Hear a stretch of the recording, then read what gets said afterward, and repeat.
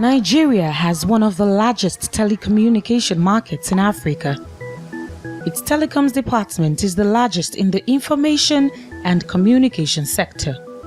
Nigerian-owned Glo, South African company MTN, and Indian-owned Airtel are the leaders in this sector. Over the past 15 years, more than 2.5 million jobs have been created by this sector. Although the telecoms industry has contributed tremendously to Nigeria's economy, it has been plagued by a series of challenges like lack of enough forex to import equipment, immense interconnect debt, destruction of cell towers, double taxation, and other issues. The telecom industry right now, beyond right-of-way issues, multiple taxation, we've had what we call the capex. Their capex has tripled. Most of the equipment for telecom are manufactured outside this country. They have to buy them in foreign currency. Most of their partnerships they signed with perhaps IHS to maintain BTS's technical partnership were signed in dollar terms at a rate of 195 when they locked in the contract. They're still paying. It's gone from 195 to almost 500 to 400 and now locked at 360.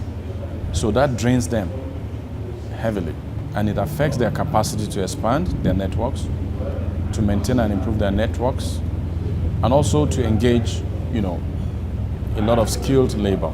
And that's the major problem.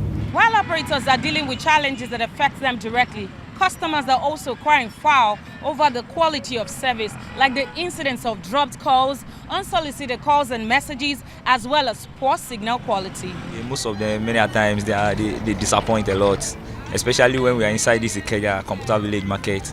It's so annoying that you'll be calling and it barely goes most of the times. And you get to know that, not that you don't have your card, not that you don't have the call time on your line, just that you discover that the fluctuation of their incapability really affect you with your clients many times. I make use of Etisalat and M10. The M10 is unfair in the aspect of even megabytes. The aspect of megabyte, before you just all of a sudden they deduct the money, and when you make call to call the other network, they deduct it like very fast. You just imagine what is going on. And the aspect of Glo too. Glo is the worst network. I'm sorry to say that. They will just maybe you recharge 200 naira. Before all of a sudden they will deduct money for one subscription or the other, just like that, and so on and so forth. Pertaining to what they normally get, all these messages that they normally give me from each I did not subscribe for it, and they'll be asking me to subscribe for it, like music plus and the likes like that. And sometimes they may even bring messages like, okay, subscribe for 50 million naira. All these things I don't like. For me, I'm a Muslim, I don't like it. So if I want to do anything like Lotto, I know how to go there and do. So not for them to tell me what to do. Last year, the Nigerian Communications Commission, the NCC, established the minimum quality of service standards to ensure efficient service delivery across the country. Recently, the Commission took its advocacy campaigns to Jalingo, Taraba State, where it said it will continue to play the role of intermediary between Nigerians and telecommunication companies. They are here to serve us. So you have the right to be served, and you have the right to have value for your money. Where you are right is infringed, or you are not given equal authority and carry out is supposed to complain. This gathering today has now created an avenue for me and for every other person that is being affected to know ways of bridging those disturbances from the service provider.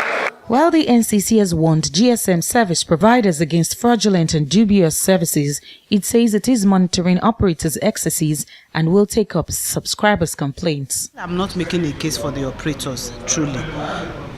A lot of people need to know that some of the applications they get into actually consumes a lot of data, and we need to be conscious of that. I, for a long time, also didn't know, and you'll find out that I'll leave the application running, and for leaving it running, it's actually consuming your data. The truth is, those things are highly regulated, and we get a lot of reports, and we check.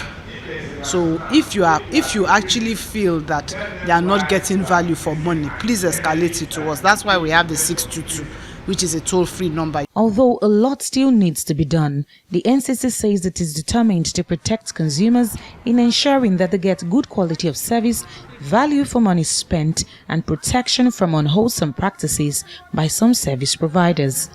Winifred Ajewale, TVC News.